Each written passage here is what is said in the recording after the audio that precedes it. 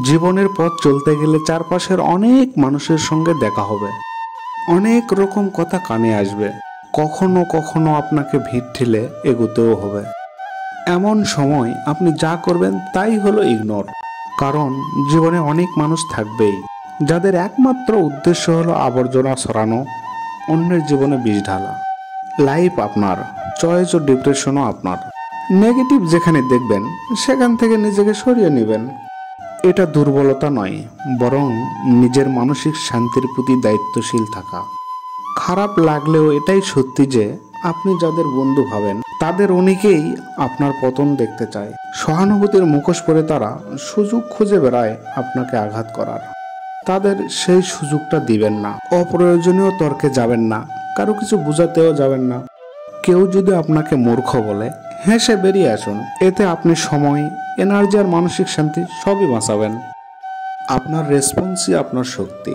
যারা জীবনটা সত্যিই বোঝে তারা জানে কাকে রেসপন্স দিতে হয় আর কাকে এড়িয়ে যেতে হয়। সমালোচনার মধ্যে না ডুবে গিয়ে ভালো কিছু করুন।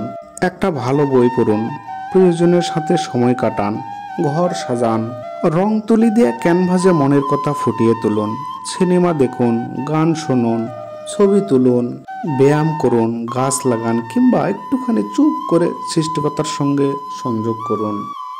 নিজেকে বাঁচান অপ্রয়োজনীয় মানুষের আগ্রাসন থেকে। আপনার জন্য আসল মানুষগুলোকে চিনে নিন।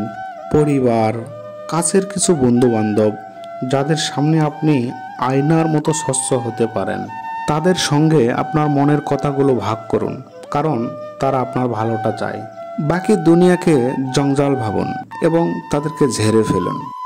সবশেষে মনে রাখবেন, জীবন অনেক সুন্দর, পৃথিবীও অনেক সুন্দর। পথ চলতে গিয়ে আগাছা আর কাটাঝোপ থাকবেই, কিন্তু আপনাকেই বেছে নিতে হবে কোনটা পাশ কাটিয়ে এগিয়ে যাবেন। সব কথার উত্তর দিতে নেই, সব কিছুর প্রতিক্রিয়াও দিতে নেই।